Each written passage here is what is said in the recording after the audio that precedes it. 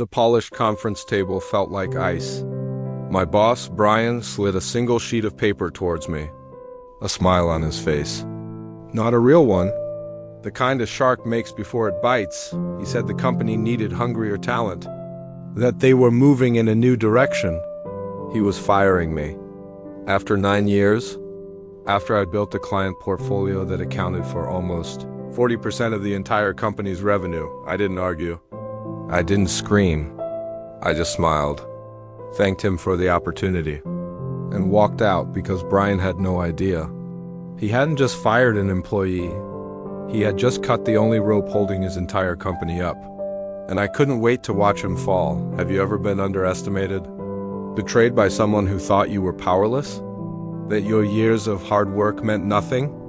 If you know that feeling, hit that like button right now. Subscribe and hit the notification bell, because this story is for anyone who has ever dreamed of the most quiet, professional, and utterly devastating revenge imaginable. This is the story of how getting fired was the best thing that ever happened to me. My name is Darren Nakabi. For 9 years, my life was Tirana Corp in Kansas City. My alarm went off at 5:15 a.m. every day. I lived on airplanes. I missed my daughter's dance recitals and my son's baseball games. My wife, Rebecca, would joke that she was married to my clients, and I would promise her, it will be worth it. We're building something, and we were. When I started, Tirana was a $4 million operation. When I left, it was $30 million. My accounts? $12 million of that. I didn't just meet targets. I buried them.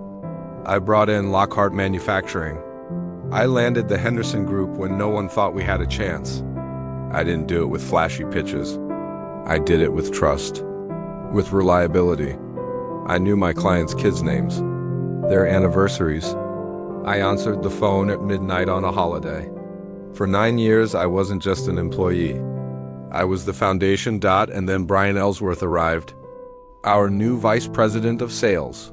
Custom suits, slicked back hair. He spoke in empty motivational quotes he probably read on a corporate coaching blog. He'd never once joined me on a client call.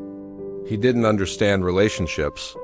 He only understood spreadsheets. The first red flag was the new commission structure. It slashed my earnings by 20%. My numbers were stronger than ever, but my paycheck got smaller. Then my desk was moved to a corner during renovations.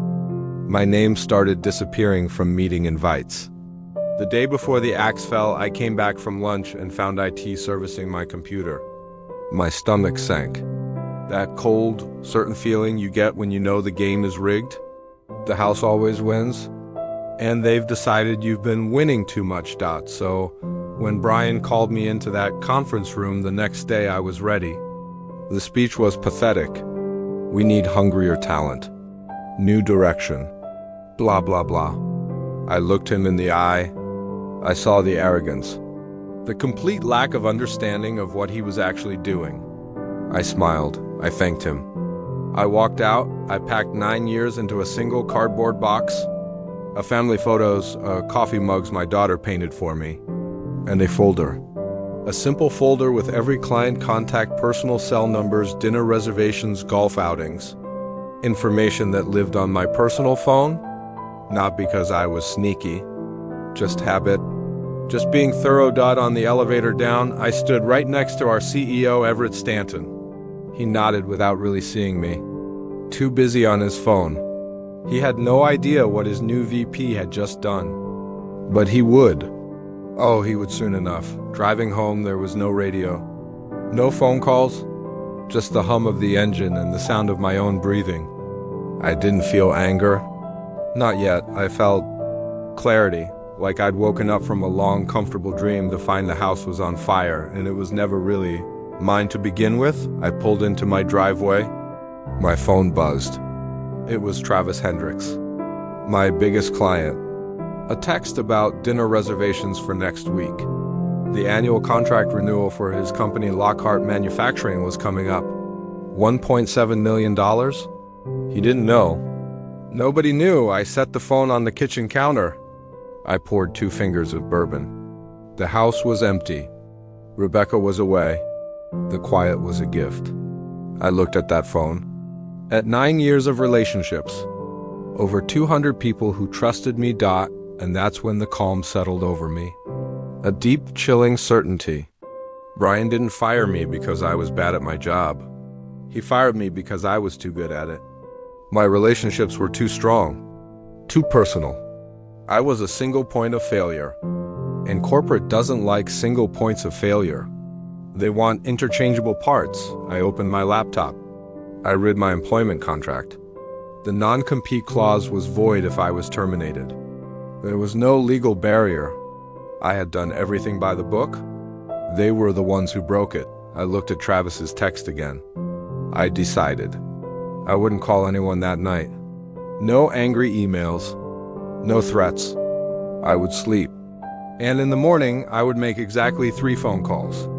Not to recruit, not to pitch, just to inform. To be the reliable professional I had always been. One last time, I went to bed without setting an alarm. For the first time in 9 years, I was free. And Brian Ellsworth was about to learn the most expensive lesson of his life. The next morning, I made the calls. Me, Travis, it's Darren. I'm no longer with Tirana Corp as of yesterday. Wanted you to hear it from me directly. Travis, what happened? Who's handling our account now? Me. Brian Ellsworth will probably reach out. Or Alicia Winters. Travis, a long dangerous pause. The girl from the meeting. She doesn't know our business. Darren, where are you going? Me, that's all I can tell you. The rest is your decision. I had the same calm professional conversation with my other 2 biggest clients, James Henderson and Peter Carton. I gave them nothing but facts. And that was all they needed. By noon, my personal phone was blowing up. The industry is small. Word travels fast. At 2 p.m., my phone lit up.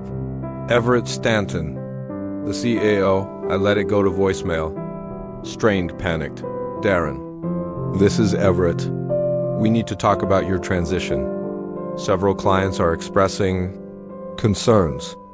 Please call me back immediately. I didn't. Instead, I went to see a lawyer, an old contact. He confirmed it. They couldn't stop me. By 5 p.m., Triana's legal department was firing off emails about confidentiality.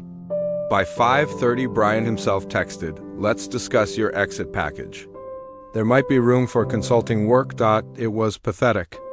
Too late. My phone rang. It was Travis. Travis, just got off a call with your CEO and that VP. They promised continuity. Said Alicia would handle everything.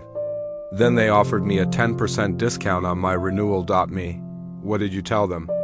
Travis, I told them I'd think about it. Then I sent notice terminating our contract. Henderson and Carlton did the same. Darren, where are you landing? Because wherever it is, that's where our business is going. I felt no surge of triumph. Just a slow, steady nod of validation. By the next morning, 8 companies had terminated their contracts. $3.2 million. Gone. Poof. Just like that. Then I got the call. Michael Grantley, the owner of Grantley and Company, a respected competitor, Darren McCabe. I hear you're available. And several of our mutual friends speak very highly of you. I'm listening. Me. What did you have in mind? Senior Vice President. 6-figure signing bonus. Full autonomy. A seat on the executive committee. When can you start? I looked out the window of my quiet home office. Me. How does tomorrow sound? A week into my new job, my former assistant Julia called me. Her voice was a whisper. Julia, you need to know what really happened. It wasn't just Brian wanting his own people. They're planning to sell the company. Veritas Capital made an offer. My blood went cold. Julia. But Veritas had a condition. They wanted to bring in their own account managers. Your relationships were too strong. They were a liability. They needed to make the client's company assets, not Darren McCabe assets. Brian's job wasn't to grow sales. It was to fire you and make it look like performance issues so the clients could be transitioned to a new team before the sale. It all clicked. The meetings my clients had with mysterious strategic advisors from Veritas, the questions about future needs, it was all a scouting mission. I wasn't fired. I was preemptively removed from the chessboard. The betrayal was so much deeper than I thought. It wasn't incompetence. It was calculated corporate treachery. They were willing to sacrifice the guy who built them to make a quick buck. And it backfired spectacularly. The Veritas deal fell apart. Why buy a company that just lost its most valuable assets? Tirana's stock plummeted 12%. Then another 8. I was asked to speak at an industry conference. The topic? Building client loyalty. The irony was beautiful. I prepared not with speeches, but with data. Proof that the clients who followed me saw faster service, lower costs, and higher satisfaction. I stood on that stage and I saw Everett in the audience. I looked right at him. Me. Companies often mistake client relationships for company assets. They are trust agreements between individuals. When you treat those individuals as interchangeable parts, clients will show you exactly how wrong you are. The room was silent. You could hear a pin drop. I didn't say Tirana's name. I didn't have to. Everyone knew. By the end of the day, Grantley had 5 new letters of intent. Another $2.7 million in revenue. 6 months later, I stood in a conference room at Grantley & Company. A partner now. On the screen behind me, our quarterly results. $8.4 million in new business. My team was celebrating. My phone buzzed.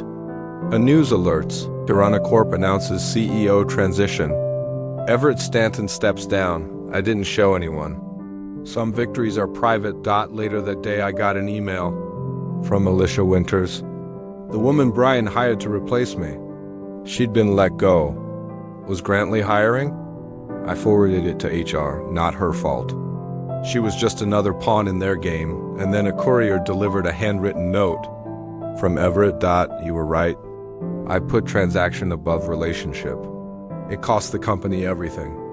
If you're ever willing to have coffee, I'd appreciate the chance to apologize in person. I folded the note and put it in my pocket. Maybe someday. Not yet. Driving home, I passed the Tirana Corp building. Their sign was being taken down. They were downsizing, moving to the suburbs. I didn't slow down. I just drove on. Revenge isn't about screaming and yelling. It's not about burning things down. Sometimes the most satisfying revenge is just silence. It's stepping aside and letting the consequences of someone else's arrogance play out. It's building something better with the pieces they thought were worthless. The market delivered the lesson. I just gave it the textbook. If this story of quiet professional vengeance felt satisfying, hit that like button. It really helps the channel. Tell me in the comments what you would have done in my situation. And of course, subscribe for more incredible real-life stories of karma and payback. Thanks for watching.